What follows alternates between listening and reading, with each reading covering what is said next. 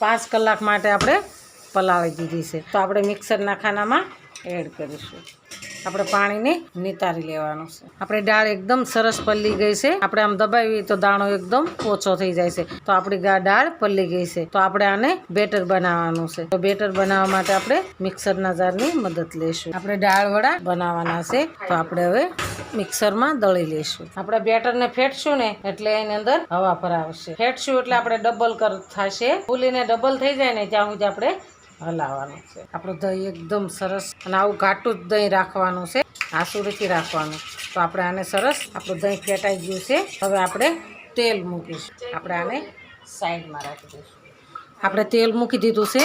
તો આપણે પહેલાં તેલને જોઈ લેવું કે આપણું તેલ આવી ગયું છે કે નહીં। આપણે એક નાનું ભજીયું મૂકીને જોઈ લઈશું। પર તરી જાય અને ડૂબે નહીં એટલે આપણું બેટર તૈયાર છે।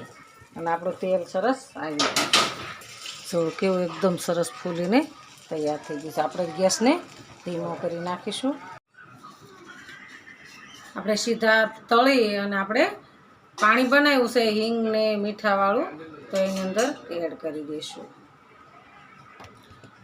આવી રીતના તેલ નાખશું ને એટલે આપણું વડું ફૂલી જશે। ફૂલીને આપણે પકોડી જેવું થઈ જશે અને આપણું વડું એકદમ ફર્સ્ટ ક્લાસ બનશે। આપણે હવે આને આવી રીતના ફેરવી લઈશું અને ધીમા ગેસે આપણે બ્રાઉન કલરના થવા દેવાના છે। આપણા વડા એકદમ સરસ ફૂલીને કમ્પ્લીટ થઈ ગયા છે। થઈ ગયા ને એકદમ ગોલ્ડન કલરના થઈ ગયા છે।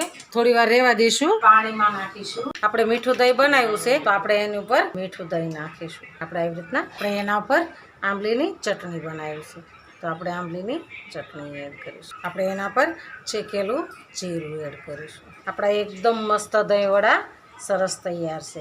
એકદમ સોફ્ટ અને સરસ બન્યા છે। તો હાલો ખાવા। જો અમારો વિડીયો ગમે તો લાઈક શેર અને સબસ્ક્રાઈબ કરી દેજો। રાધે રાધે।